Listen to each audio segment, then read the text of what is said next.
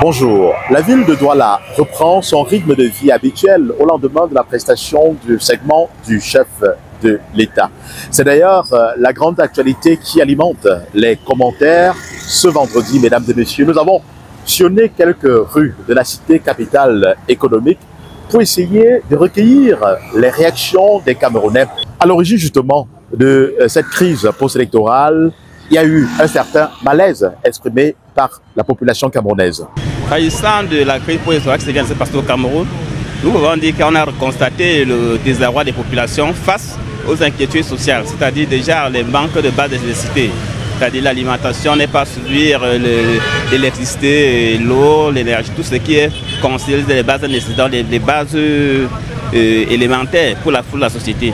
Ceci, ça fait longtemps que les populations créent au secours de qu'on vient leur porter cette aide pour qu'ils soient au moins dans des conditions de vie meilleures. Malheureusement, il y a eu très longtemps, le gouvernement a tourné le dos aux populations. C'est ça qui a causé tout ce désarroi, tout ce courroux de la population. Et on s'est levé contre un homme. Pourtant, depuis longtemps, le Cameroun était content de vivre avec le président. Mais avec la situation qui est devenue tellement difficile, le Cameroun n'arrive plus à joindre les deux bouts. C'est pour ça que les Camerounais se plaignent davantage et c'est ça qui a manifesté, qui fait manifester leur mécontentement dans les villes, dans leur façon de faire, dans leur façon de se révolter, des séditions, insurrections, parce que les jeunes ne travaillent plus. Ils ont des diplômes, ils sont au quartier, ils ont des formations, ils n'ont pas de l'emploi. Et quand il y a un emploi, il faut passer par le clientélisme, le favoritisme. Ce qui fait que ce n'est pas trop le problème de l'élection qui dérange, mais c'est plutôt le moyen pour les jeunes d'exprimer leur voix, pour qu'on comprenne qu'ils sont vraiment mécontents du système de gouvernance. Parce que les gens décrivent plus la malgouvernance et non le côté des élections. Parce que s'il fallait parler de président, on a tué un seul président et une population de 30 millions ne peut pas tous s'arroger le pouvoir d'être président. Tout ce qu'on revendique, c'est d'avoir les bases nécessaires, que les jeunes puissent aussi avoir accès au travail, aux bases nécessaires pour pouvoir développer leur vie, leur quotidien. C'est ça qui pose beaucoup de problèmes. Et face par rapport à cette situation, les jeunes aspirent davantage à la paix. Les jeunes aspirent à la paix. Ce n'est pas parce qu'ils ont manifesté tout ça récemment qu'on a eu beaucoup de difficultés à pouvoir joindre les deux, pourquoi on va dire que non, on veut la guerre. Non.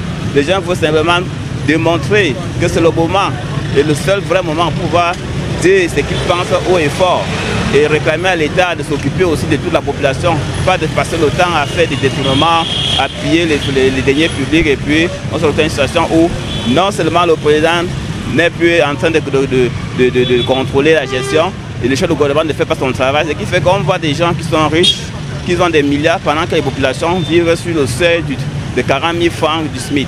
Ça fait comprendre qu'il y a beaucoup il y a un grand fossé qui nous sépare en fait. Ce n'est pas parce qu'on va dire que la crise électorale, non, le problème est là depuis longtemps. C'est juste que les populations manquent le moyen pour s'exprimer et quand ils veulent parler, on les empêche de s'exprimer normalement. Donc vous souhaitez que le chef de l'État qui a prêté serment, on souhaite justement qu'il puisse résoudre tous ces problèmes, qu'il lutte contre le chômage, contre l'enclavement. Les routes sont mauvaises depuis longtemps, ça fait tellement de morts parmi nous et on ne sont pas contents parce que quand on parle, on a comme l'impression qu'on ne suit pas. Et ce qui est curieux, c'est que l'État investit beaucoup d'argent, mais malheureusement le travail ne suit pas.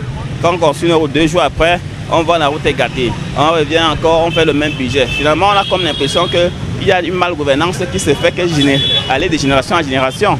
C'est pour ça que les gens se plaignent davantage et voudraient qu'on solutionne aux nombreux fléaux qui les minent, c'est-à-dire la pauvreté, la misère, le chômage, l'analphabétisme par ailleurs dans le Grand Nord. Ce n'est pas que c'est parce qu'on dit qu'il y a ces élections qui ont poussé les jeunes trop dans la rue. Non, les gens ont ce courroux-là. C'est ça qui se révolte les gens. Les gens, on est sûr que si on était dans une Libye comme Kadhafi avait fait à son peuple, on n'aura pas un problème de président chez nous. On serait les Camerounais sont des gens suffisamment éduqués pour penser à un fauteuil. Les gens pensent plutôt à leur bien-être, à leur réussite sociale. C'est pour ça qu'il y a beaucoup d'hommes d'affaires au Cameroun qui se battent sans penser à ce fauteuil-là. Parce qu'on sait que si une personne dirige bien, c'est bien pour tout le monde. Donc nous ne sommes pas contents parce qu'on constate que le président a laissé beaucoup faire aux jeunes gouvernants. Ce qui fait qu'il laisse les jeunes et il s'accapare des ressources du pays sans faire un partage juste et même sans pouvoir lancer des recrutements, des concours pour faciliter les jeunes à l'accès au travail. C'est ça qui nous inquiète davantage. Ce n'est pas que c'est seulement l'élection, non. On veut une amélioration des conditions de vie, que les bases nécessaires qu'on n'avait pas le passé reviennent, que les Camerounais ne soient plus seulement des gens qui vont faire la moto comme à Douala, tout le monde c'est moto. Des gens qui ont les licences sur la moto, master moto. Et ce qui fait qu'on a comme l'impression que l'école est devenue juste une perte, qu'on dépense beaucoup d'argent et l'affaire, on ne peut pas satisfaire à ses besoins, on ne peut pas réussir dans la famille, on ne peut rien faire. Finalement, tout le monde tombe dans le clientélisme, dans la barbarie. Le chef de l'État n'a pas eu besoin de prononcer cette fameuse phrase, l'ordre régnera, pour que les activités reprennent leur cours habituel à Douala, puisque hier déjà, on a pu observer que les commerces ouvraient leurs portes, les activités battaient déjà de l'aile hier, et aujourd'hui, ce n'est qu'une continuité. Toute la ville aujourd'hui est fonctionnelle avec les agences de voyage qui ont également repris du service, donc l'économie a repris son cours de vie habituel.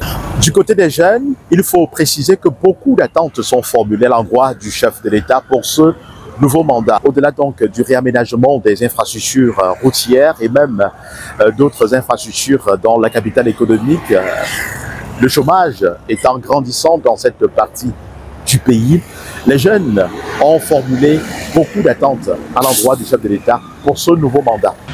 Ce pays a refait à zéro, complètement. Il y a trop de problèmes dans ce pays.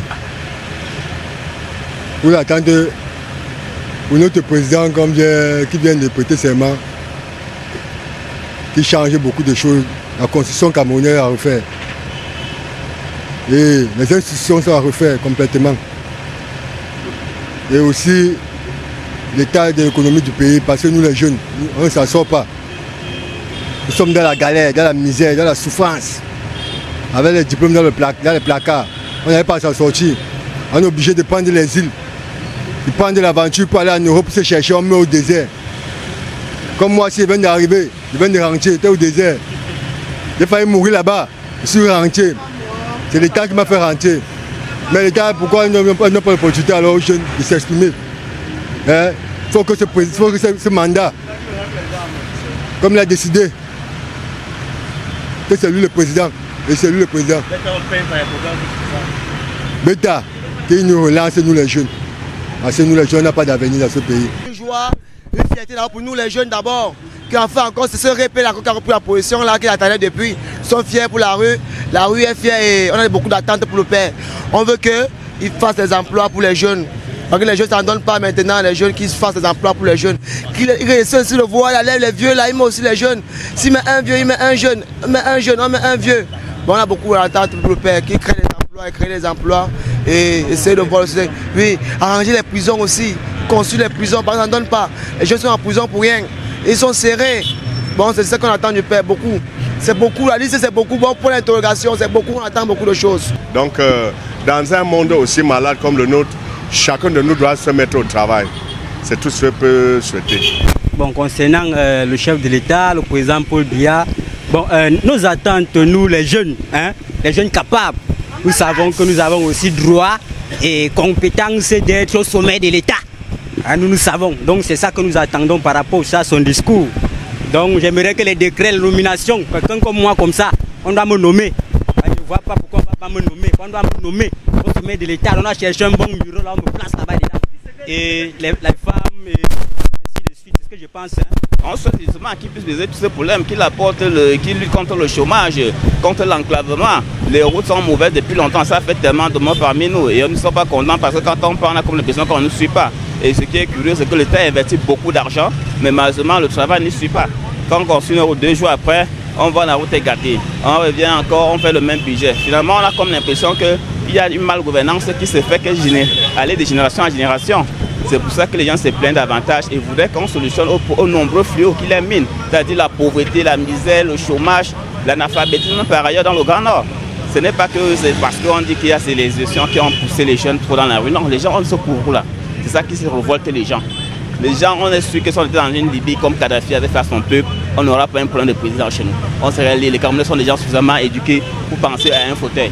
Les gens pensent plutôt à leur bien-être, à leur réussite sociale.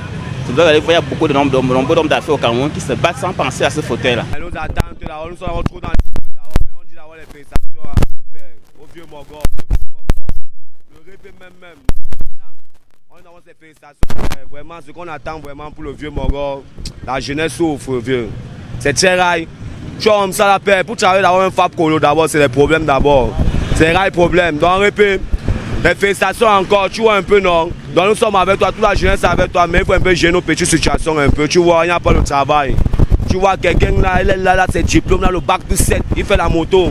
C'est trop rare, toi-même tu vois comment. Il faut un peu voir déjà les situations là, grand. Quelqu'un peut avoir le bac plus 7, père. Il te trouve encore de rouler peut-être le pouce, encore de rembailler ici, père. C'est rail. Toi, tu connais les diplômés qui sont au Cameroun, non? Tu sais qu'il y a des gens qui ont fréquenté très mal au Cameroun. Donc, le pays, c'est d'abord ce continent, d'abord. Donc, on a confiance à toi, c'est qu'avec les 7 ans qui restent ici. Ça, c'est un vrai tour. On connaît que le tour, sinon. C'est pas que, oh, ça, tu vas faire comme si, oh, tu vas lui fermer la bouche, garde. Oh, ça va avec toi d'abord, tu peux pas avec toi, répéter. Les félicitations. Ouah, le vieux Mogor. Ah, Popol. Ouah, le continent. Les revendications post-électorales étant désormais derrière nous, telles que l'a martelé le chef de l'État, les jeunes qui souhaitent voir leurs conditions de vie s'améliorer doivent également y mettre la main avant d'attendre donc le soutien qui pourrait venir du gouvernement tel qu'il le souhaite. Je suis Thierry Cate, journaliste reporter d'Images pour le compte d'Echo 237. Merci de nous avoir suivis. Retrouvons-nous très prochainement pour notre numéro.